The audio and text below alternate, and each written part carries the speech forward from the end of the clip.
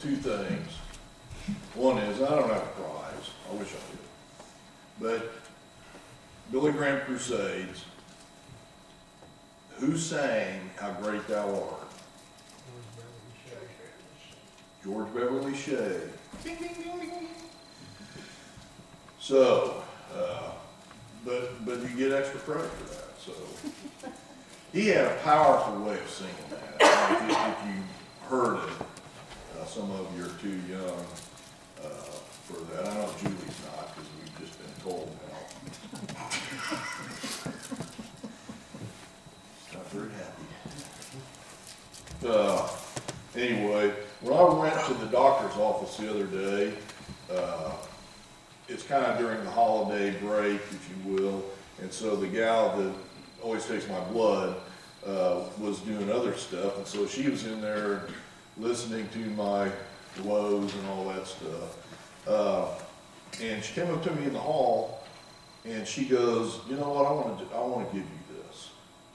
And it's a verse familiar to probably everybody, Jeremiah 29:11. "For I know the plans I have for you, declares the Lord, plans to prosper you and not to harm you, plans to give you hope and a future." And she goes, and there's verses on the back too. And she goes, "I just thought you might need that at this time." And I thanked her for the kindness of this, but I also thanked her for the willingness she had to be a testimony for Christ. I couldn't have a whole long, blown-out conversation with her, but she goes, "Well, I'm trying," which I kind of thought it was alluding to the fact she hasn't been in the faith a long time. But I mean, just like this, in giving this, it's a kindness shown from her as the Lord lives through her and you know, situations and whatever, but she's thinking about other people. And I just told her, I said, "Well, that's really terrific," and it is. So I just wanted to share that with you. Let's go to the Lord in prayer. Father, I just ask that our hearts are sensitive towards you, that small, still voice that you have that speaks to us through your Holy Spirit. Help us to be attuned. Sometimes we just want to blow through life with like Mach 5 with our hair on fire, and we don't really look around us. We don't really see other people. And that's a key thing for us, not only just during the holidays, but all year long, that the one who lives within us might be seen through us. Give us the ability to allow that to happen, to surrender to you. In Jesus' name, amen.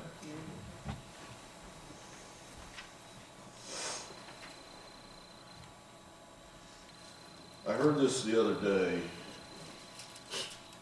and I thought this was really cool because, you know, in a sense, we live in kind of a selfish world. You know, that this is mine, this is not yours, that sort of thing. We're not to live that way, but people tend to go that way. But this was a quote, and the guy said, I think about it every year.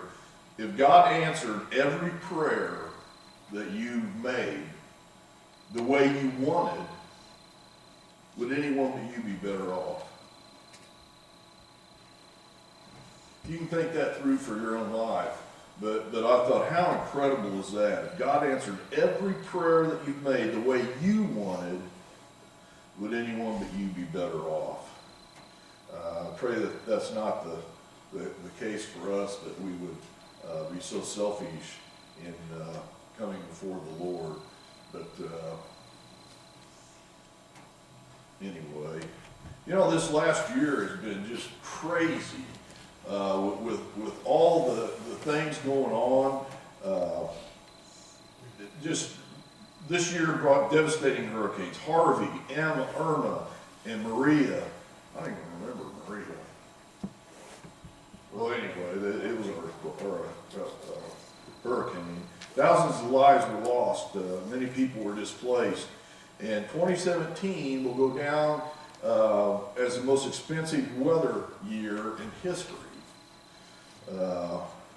there's that devastation. Another thing I was reading, our country is making us crazy. According to a survey by American Psychological Association, the biggest stressor Americans face is the state of the U.S. We're more anxious about the future of our nation than we were during World War I, World War II, the Vietnam War, or even after September 11th. And I don't know, I think maybe that's possibly correct. It said police officers experienced as direct as they found that the current political environment with its high-profile expression of racism, sexism, anti-Semitism, Islamophobia, homophobia, and xenophobia. I'll have to admit, I didn't know that right offhand, but it's fear of anybody that's not from your country, along with widely covered acts of hatred and bigotry. They're saying that seems to be on an increase. Maybe it is, maybe, we know it is in certain situations. And there were the hurricanes that rained down, biblical type floods on Texas and Florida and devastated Puerto Rico and the Virgin Islands. There were fires that smoked wine country and coated Montana and Oregon, and the fires that were burning down houses in Santa Barbara.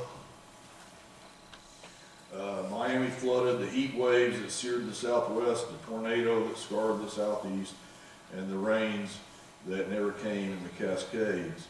And they said no wonder the National Oceanographic Atmospheric Administration has deemed this to be the second most extreme weather-wise. It's in the billions.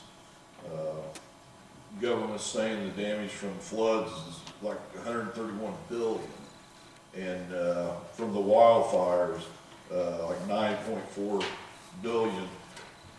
You know, I've looked at years in the past, and you know, there's always situations like that, but it just seems like, you know, we got rocked this year in all these many things.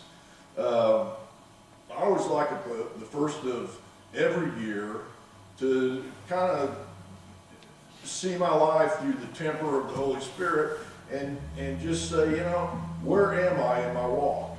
Because I always ask this question. I ask myself, and for I don't know however many years I've been asking you guys to answer it for yourself. When you look back on 2017, are you walking closer to the Lord than you were the year before that? And the year before that?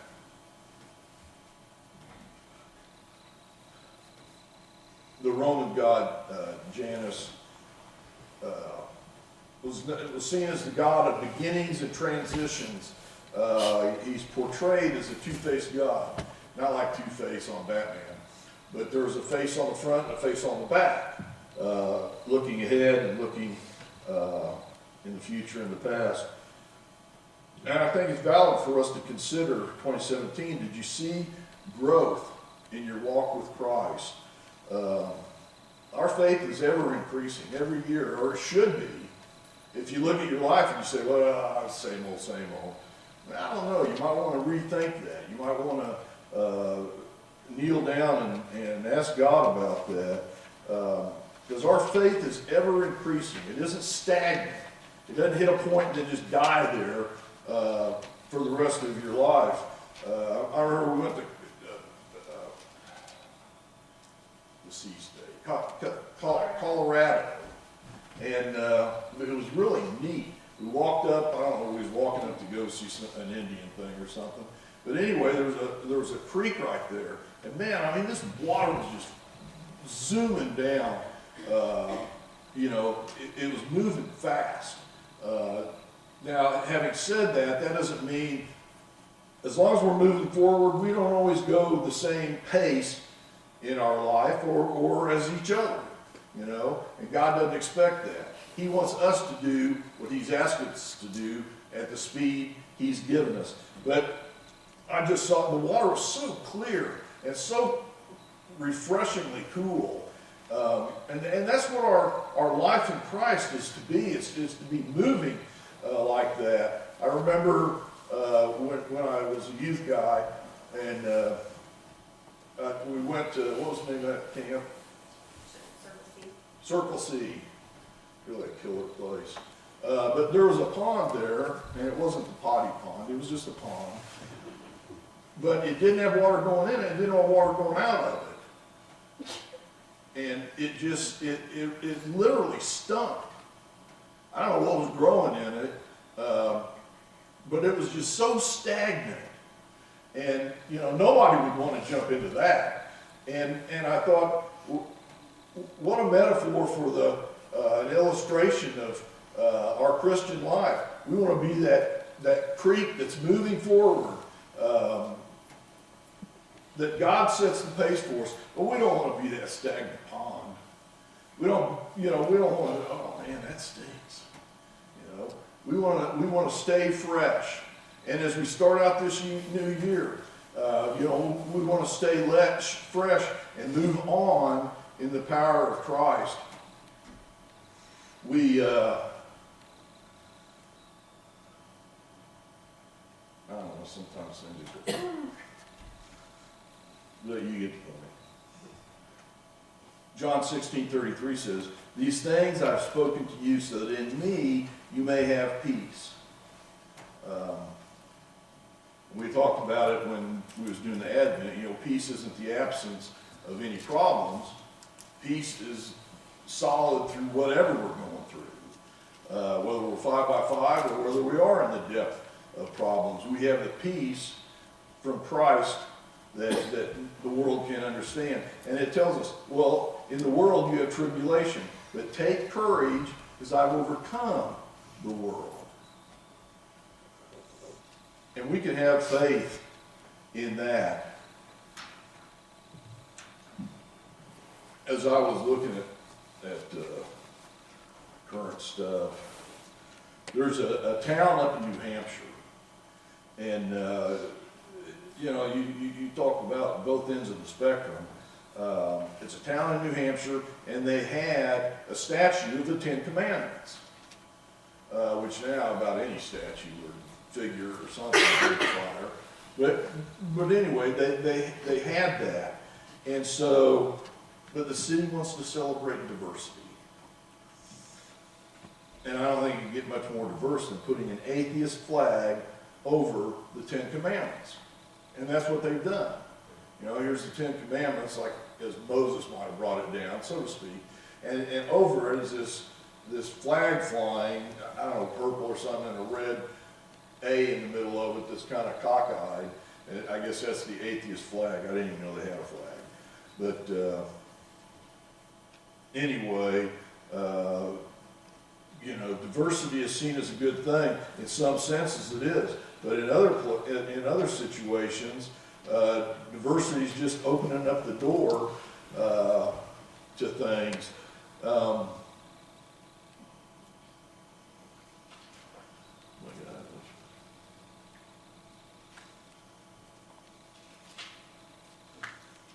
anyway.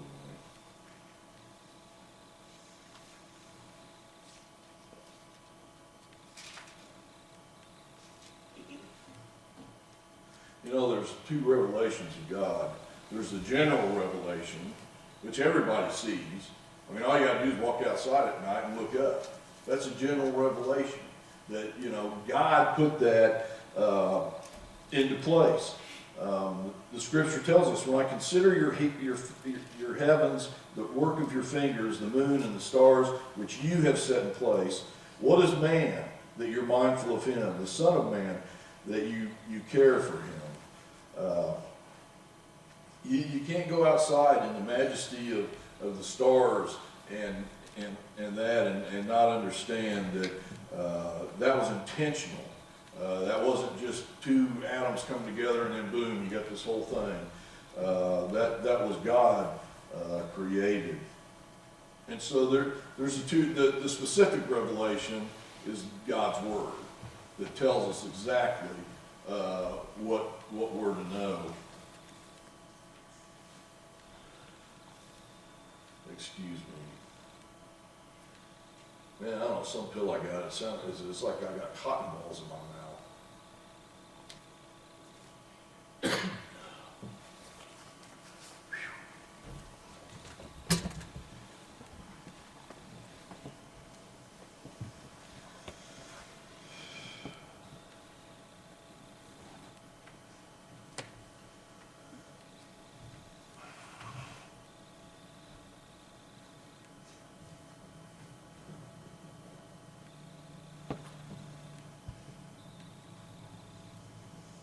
I think anybody would admit, though, we live in a world of uncertainty,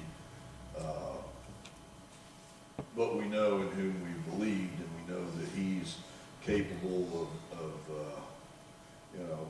victory in Him. He's already done that. It's in the books. I wanted to share this with you because I thought it was kind of appropriate, talking about the uncertainty of future. During his 5 years as a prisoner in North Vietnam, Major Kushner, or whatever, encountered a 24-year-old Marine who had made a deal with his captors. The soldier agreed to cooperate with the Viet Cong, and in return, the commander of the prison camp promised that he'd let him go, as he'd done for others in the past. And so the tough young Marine became a model prisoner, even leading the camp's thought reform group. His health remained relatively good for 2 years, but over time it gradually became clear that the commander had lied to him, if you can believe that. He actually had no intention of releasing him. The soldier became a zombie. He refused to do all work, rejected all offers of food and encouragement, and simply lay on his cot, sucking his thumb, and in a matter of weeks he was dead. Writer said if his cause of death could be summarized in one word, it would probably be hopelessness. When it comes down in a person's life to the place that they have no hope, that's a rough place to live. In World War II, Korea, and Vietnam, the doctor said many prisoners died from a condition they called give-up-itis, where their hope was drained and they slowly wasted away.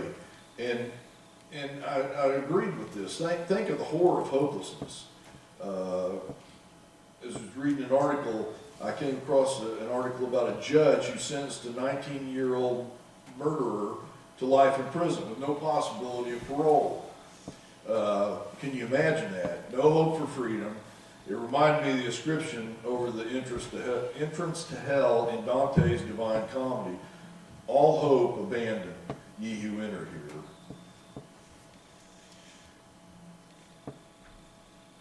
The Bible can be called a book of hope. It's woven through the scriptures. On that. And it said, the world's looking for peace. People in many nations appear to be searching with a new intensity for spiritual moorings. That gives us a great opportunity to be able to engage someone in a conversation about how do you deal with hopelessness, and lead them to the very one that is the hope for all peoples. Not hope in the fact that you're going to do so many good things, and God's going to accept you. You can zig that way or zag that way, and you're always going to end up in the same place. Scripturally, that's not correct. In Romans 15:13, Scripture says, "May the God of hope fill you with all joy and peace as you trust in Him, so that you may overflow with hope by the power of the Holy Spirit." How important it is that, that's what people see in others. And you maybe had somebody yourself that said, how can you maintain such an attitude in these kind of problems, in these kind of situations?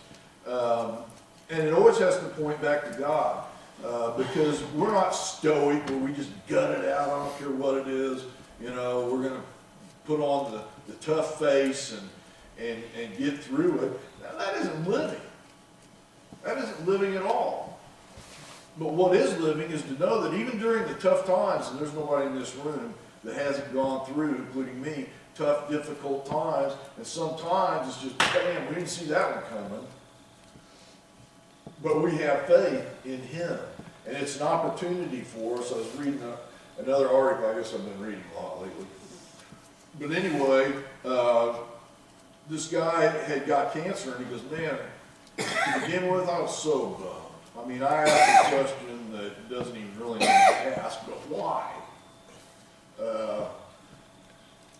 But he said almost immediately when he went in the hospital, he was given opportunities to talk to people about God and to offer the peace and the confidence that he has in the Savior.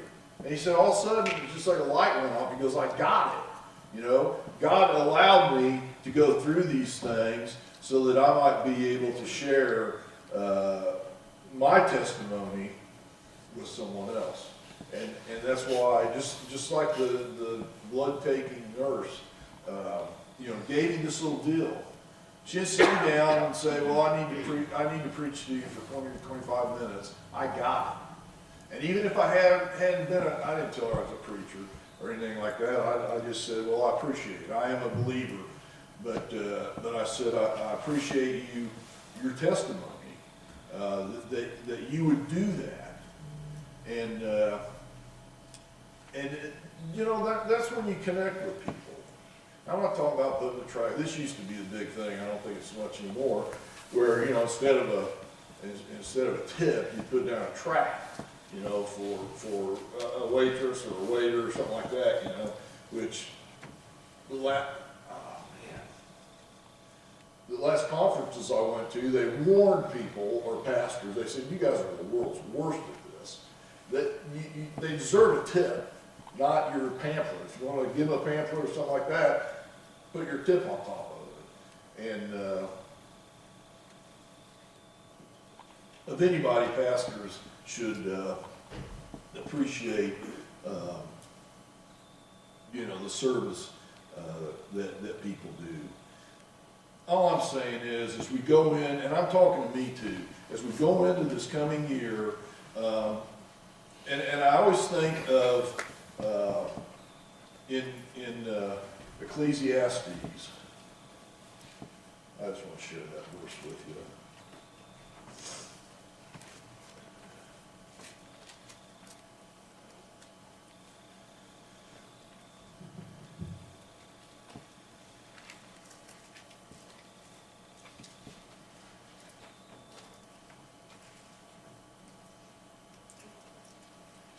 I should have already had this, but where is it? Ecclesiastes, where he says don't make promises. You know, so many times everybody's ready to start making promises to God. It may be in the form of a resolution or something to that effect. Okay, here we go. Chapter 5. Do not be quick with your mouth. Do not be hasty in your heart to utter anything before God. You know, don't go to him and start saying all these things you're going to do, and you know, I'm going to read the Bible through 6 times this year, those kind of things. He said, God's in heaven and you're on earth, so let your words be few. As a dream comes when there are many cares, so the speech of a fool when there are many words. When you make a vow to God, do not delay in fulfilling it. He has no pleasure in fools. Fulfill your vow. It's better not to vow than to make a vow and not fulfill it. You know what I'm saying? You know what the scripture's saying? You know, especially everybody's into the resolution thing this year. You know, I'm going to lose weight, I'm going to do whatever. But whatever you're going to bring before God, don't just say, hey, I'm going to do this, and then don't do it, because you're going to be better off. Just don't say anything. And do what you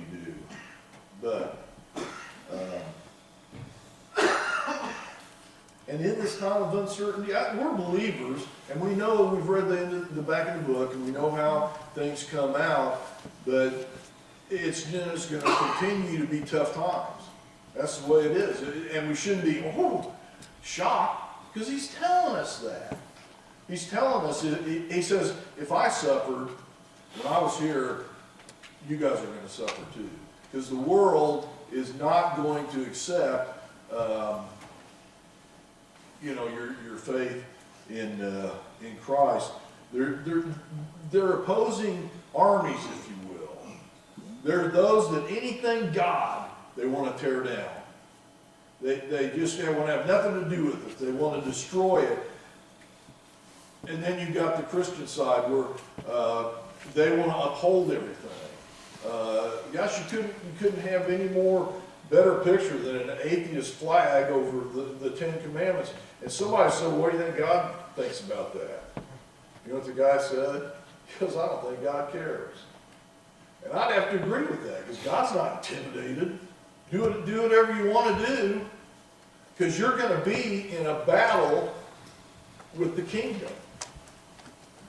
You're going to do what your side thinks you can do to put God down, but Christians are always going to hold people up, or should. And so that's important.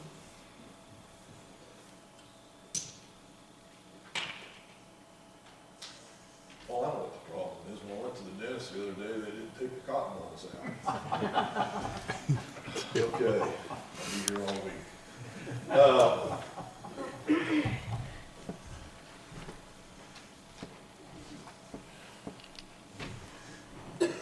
But it is a good time, and personally, just to look back and say, man, am I growing?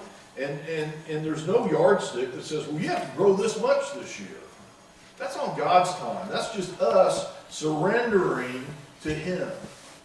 And He'll lead us at the pace we need to go. That's why we're not to look at each other. Ruth may be on a sprint right now, but I don't have to match that. I just need to keep moving ahead. And it's the same way for all of us. That's why we don't look at one person's life and judge our life off of that, because that's not right. That's not biblical. He'll take us, if we allow Him and surrender to Him, He'll take us where He wants us to go and how He wants us to go. And I sincerely, I'm telling you straight from the heart, I look at my life, because if I'm not moving ahead, then, something's wrong with Jim. And, I don't want to stay in that kind of a situation. So, anyway, but what's our hymn of invitation?